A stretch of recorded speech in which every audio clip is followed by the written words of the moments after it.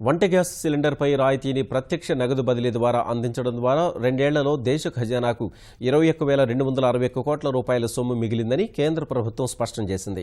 ప్రభుత్వం చెబుతున్న మొత్తంలో 10% సొమ్మే ఆదా అయిందని పార్లమెంటుకు సమర్పించాల్సిన నివేదికలో కాగ్ పేర్కొందన్న వార్తలపై స్పందించిన చమురు శాఖ ఈ మేరకు సవివరణ ప్రకటన విడుదల చేసింది.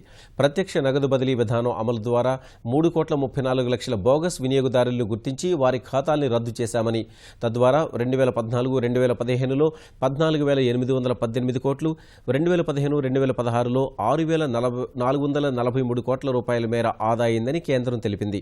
ముడి చమురు ధరలు తగ్గినా డీబీటీ విధానం అమలు చేయకపోతే వంట గ్యాస్ రాయితీ రూపంలో దేశ ఖజానాపై పడే భారం చాలా ఎక్కువగా ఉండేదని వివరించింది.